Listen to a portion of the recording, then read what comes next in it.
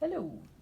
Our next little study for today is using resist. So this is all wet into wet, a little bit of spatter with the wet page still wet, still activated, and some resist. So all I did here is I taped the paper to a little piece of cardboard. It's actually the back of a pizza box, or like a what do you call it? Any kind of box works. All right, and then what I'm doing, I'm taking the masking tape. I'm gonna rip a little strip off of it, and I can go thicker, thinner if I want. I'm gonna hold on to this little piece, actually, believe it or not. I'm gonna do another one. Maybe this guy goes.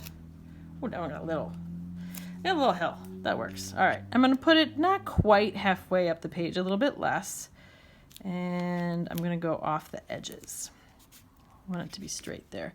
And I'm just going to press it gently, not real firmly, but just kind of gently on the page because sometimes it can come up. And then I'm going to take these extra little strips I made, and I'm going to keep the bottom there straight on the bottom again. But these are going to start to look like little waves in the water for me. How great is that? A little piece is coming up. Maybe this one. And I'm going to take the part where it gets thin. You can always do more or less. It's up to you. I'm just going to do these because you get the idea. And have this. Come on, get down there for me. There we go. So I'm going to put those on there. I'm going to put a little house on the hill. Oh, look at that. So I just cut a piece. This is, I don't know, an inch wide little piece of, not quite an inch, maybe less, of masking tape. And here's a little trick I noticed by accident. I'm going to press it down here, but not hard here. I'm going to go up here. I'll show you why. So I'm only pressing it down on the top and the bottom, not where it overlaps the other piece, just gently right there. And then I cut a little trapezoid shape. That's going to be my roof. I'm getting some sunlight in here all of a sudden. I don't know. It's not going to be perfect, so I'm going to make it perfectly. Ooh, this is too wide, this guy. You got to take a little off of there. I'm saying I'm not going to get it perfect, so I'm going to make it actually on purpose a little crooked looking, so it looks like I meant to. And a little tiny piece I made is going to be my chimney. Oops, he's a little tippy, my chimney. That's a long chimney. How's that? That works. There we go. So I got a little house, I got some land, I got some waves. Good enough. That's my resist. And you can use all kinds of things for resist. You can use, I'm going to wet this while I'm talking about it. I want to make sure my brush is clean. So let's do that. Test it on my paper towel. It's looking like there's a little yellow left in there. All right.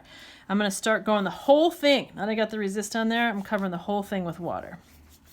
A good amount of water too, because I'm going to be playing with wet into wet. All right, I started to say a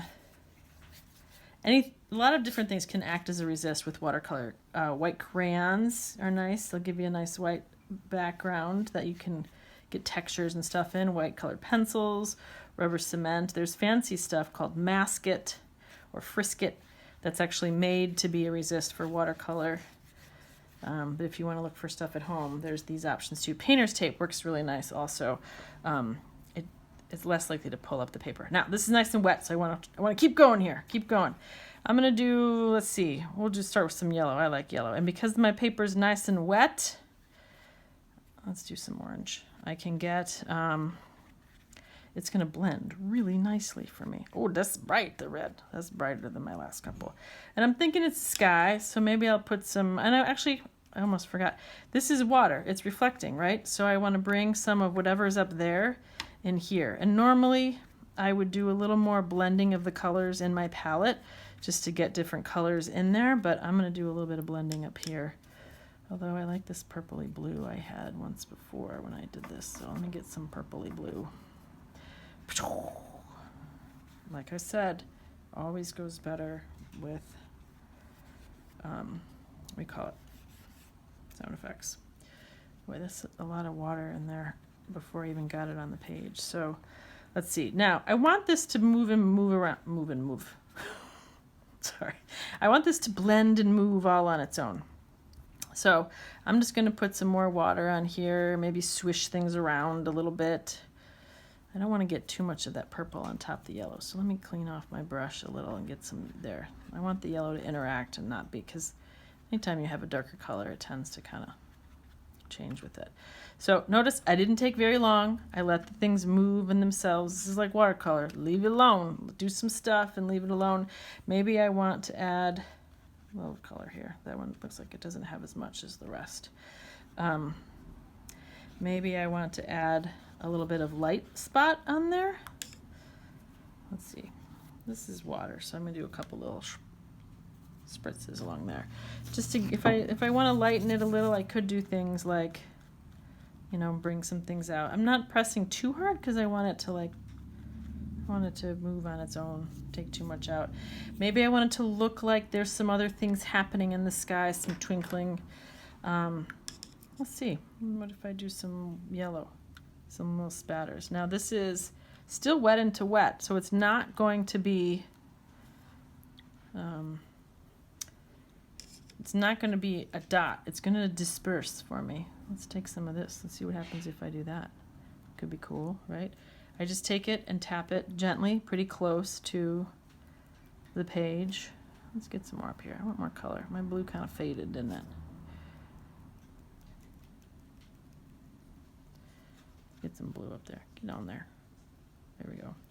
So I can just make an interesting surface that way. Now, I'd want this to dry.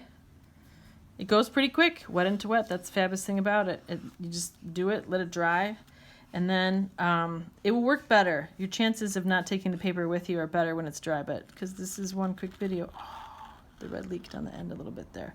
I just want to show you. That's disappointing. That's okay.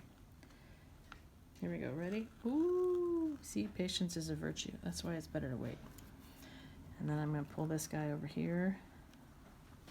What I'm going to do is I'm going to blot this on the edges because that seems to be where it's sneaking in.